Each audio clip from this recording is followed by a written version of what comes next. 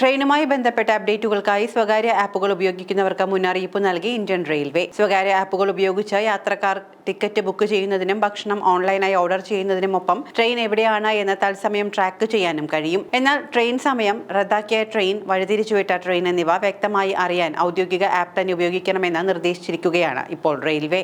യാത്രക്കാർ national train enquiry system, അതായത് NTES app മാത്രം ഉപയോഗിക്കാൻ പാടുള്ളൂ എന്നാണ് റെയിൽവേ ആവശ്യപ്പെട്ടിരിക്കുന്നത്. ഈ ആപ്പ് കൃത്യമായ ട്രെയിൻ സമയക്രമവും അനുബന്ധ വിവരങ്ങളും നൽകുന്നു. റെയിൽവേയുടെ കണക്കനുസരിച്ച് രാജ്യത്തെ മിക്ക യാത്രക്കാരും rail Yatri, ixigo train, where is my train തുടങ്ങിയ സ്വകാര്യ ആപ്പുകൾ ഉപയോഗിക്കുന്നുണ്ട്. ഇത് പലപ്പോഴും യാത്രക്കാരുടെ GPS ഉപയോഗിച്ചാണ് പ്രവർത്തിക്കാറുള്ളത്. അതുകൊണ്ട് ആപ്പുകളിൽ ട്രെയിൻ സമയം മാറുന്നതിനും ഗതാഗത തടസ്സം നേരിടുന്നതും കൃത്യമായി അറിയാറില്ല. മഴക്കാലമായതോടെ റെയിൽ പാളങ്ങൾ മരം വീണ് വെള്ളം കയറിയും ട്രെയിൻ വൈകുകയും വഴിതിരിച്ചു വിടുകയും ചെയ്യാനുള്ള സാധ്യതയേറെയാണ്. ഈ സാഹചര്യത്തിലാണ് റെയിൽവേയുടെ മുന്നറിയിപ്പ്. Centre for railway information systems പ്രവർത്തിക്കുന്ന ഔദ്യോഗിക ആപ്പാണ് NTES. റെയിൽ സംബന്ധമായ അന്വേഷണങ്ങൾക്ക് national train enquiry system app മാത്രമേ ഉപയോഗിക്കാവൂ എന്ന് റെയിൽവേ യാത്രക്കാരോട് ആവശ്യപ്പെട്ടിട്ടുണ്ട്. സ്വകാര്യ ആപ്പുകളിൽ നിന്ന് യാത്രക്കാർക്ക് പലപ്പോഴും തെറ്റായ വിവരം ലഭിക്കുന്നുണ്ട് എന്ന് റെയിൽവേ വ്യക്തമാക്കി. ONTES തെറ്റായ വിവരങ്ങൾ നൽകിയാൽ ആവശ്യമെങ്കിൽ നഷ്ടപരിഹാരം തേടുന്നതിന് നിയമ നടപടി സ്വീകരിക്കാവുന്നതാണ്. സ്വകാര്യ ആപ്പുകൾക്കെതിരെ റെയിൽവേ നേരത്തെയും മുന്നറിയിപ്പുകൾ നൽകിയിട്ടുണ്ട്. തെറ്റായ വിവരങ്ങൾ സംബന്ധിച്ച യാത്രക്കാരിൽ നിന്ന് നിരവധി പരാതികൾ